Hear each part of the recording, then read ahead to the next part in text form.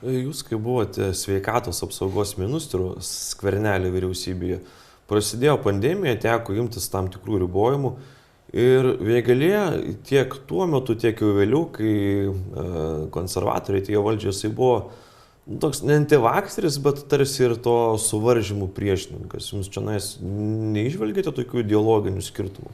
Nes jis kaip ir jūsų politiką tuo metu kritikavo. Ne, neižvelgiu skirtumų, jo labiau, kad aš esu nesyk ir sakęs, kad ir mes klaidų padarėm, ir kai kurių tų klaidų aš tikrai nekartočiau, jeigu būtų tokia situacija. Ir galiu ir dar kartą pakartot, kad tokie dalykai kaip vaikų išvarimas į nuotolį mokytis buvo didžiulė klaida, kuri daugiau žalos padarė, negu naudos atnešė.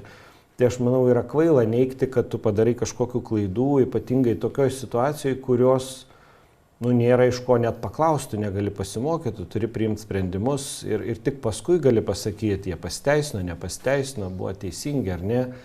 Ir aš tik priminsiu, kad jau kai buvo antra banga viruso, mes jau nebeįvedinėjom kažkokių super griežtų ribojimų, kaip tik daugiau taikėm tokias lokalias priemonės savivaldybėse, dėl ko mus labai kritikavo tie patys dabartiniai valdantieji, kurie sakė, kad turi planą kažkokį tai ten žymų, kurio paaiškėjo, kad neturi.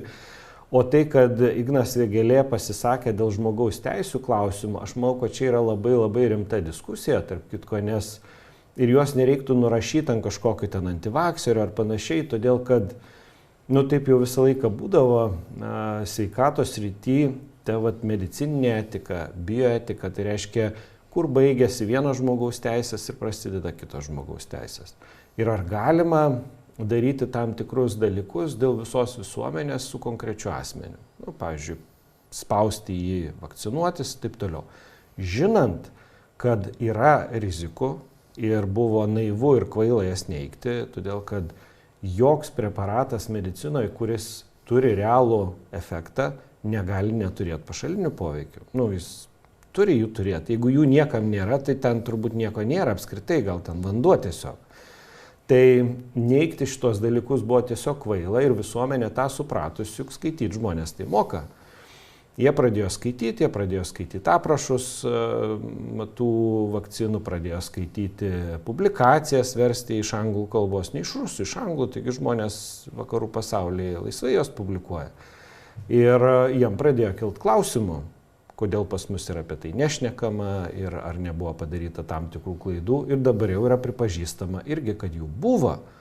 Tai spaudimas sukūrė nepasitikėjimą vakcinom, sukūrė nepasitikėjimą medikais ir dabar yra nebeskiepijami vaikai tomis vakcinomis, kuriomis anksčiau buvo įprasta skiepyti, tai mažėja tas skaičius.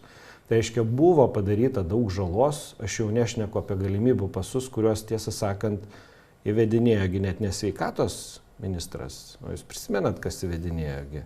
Ekonomikos ir inovacijų ministrė, tai jinai kas yra? Pandemijų valdytoja, ką jinai apskritai apie šitos dalykus supranta ir tai, kad teisininkas komentavo arba pasisakė iš žmogaus teisų pozicijų, aš manau, kad čia yra demokratiniai visuomenė, yra normalu, tai diskutuokime apie tai ir kam ten jam reikėjo kažkokias bylas užvedinėti. Tai buvo tiesiog parodytas silpnumas, kad vyriausybė užuot diskutavusi su visuomenė, užuot kalbėjusis, jinai pradėjo tildyti žmonės, kurie kėlė, aš manau, kad labai legitimius klausimus. Trumpas diskursas į šalį, jūs paminėjote tą garsui Arūno Dulkio planą daugybės punktų. Tas planas taip ir, niekas nežino, ar jisai buvo ar nebuvo. Jūsų manymu, jisai buvo apskritai kaip toksai?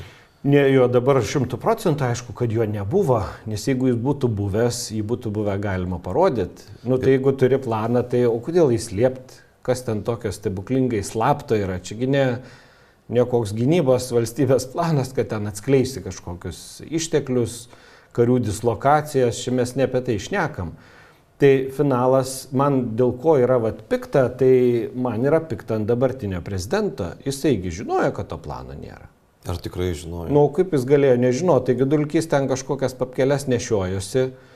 Tai aš dabar, nenoriu suklysti, bet atsimenu ten tuometinius komentarus prezidento, kad kažkas ten suprask, kad kažką dar reikia pakoreguoti, bet kažkokį jau ten kažkas suprask yra. Tai paskui, kai jau jisai buvo išpublikuotas, nuvaidėtas į viešus šaltinius tas planas, mes atsidarėme metaduomenis, tai yra iš vis Joninės kompiuteriai sukurtas dokumentas, daug vėliau negu jau ministras buvo paskirtas. Tai buvo kažkas padaryta jau, kad maždaug šekit, yra planas, supraskit. Tai tas planas ten akivaizdu, kad yra surašytas Dulkys tokio planą. Gyvenime nesurašytų, nes jis tokių žodžių net nėra girdėjęs. Ten buvo surašyta epidemiologų, greičiausiai tų pačių Nacionalinio visuomenės sveikatos centro specialistų ir panašiai, tokių, kurie dirba šitoj srity ir supranta, apie ką rašo. O ką ten Dulkys buvo nusinešęs, aš tiesą sakant nežinau, man būtų labai įdomu sužinot, ką jis ten tokio nusinešė ir kodėl Nausėdai nepakilo ranka pasakyti visuomeniai, kad nėra to plano. Kad tai yra niekai. Aš dabar bijau suklysti, bet ar tai, apie ką jūs šnekat, kas jau buvo paskui išviešinta, tai nebuvo tas vadinamasis planas turbūt.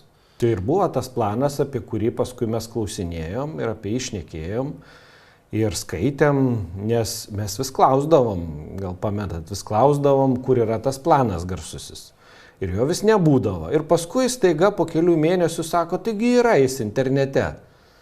Bet tai tas buvo pasakyta jau po kelių mėnesių, kada jis realiai tam internete ir atsirado, sakau, iš Joninės kompiuterio su visų specialistų ten surašytas. O matyt to, kas ten buvo jo prikeverzota, nieks nedrįso parodyti, nes matyt, kad būtų buvę žiauriai gėda. Visi būtų supratę, kad čia yra tiesiog apsišaukėlis, kuris ir paaiškėjo, kad... Kaip sakant, planą parašė kitiem. Tai taip, žinoma, kad taip. Todėl, kad Dulkys tokią planą su visa pagarba jam, jis jokiais būdais jo neparašytų, nes sakau, jis net žodžių ten, manau, kad daugelio nežino, kurie ten yra surašyti tam plane.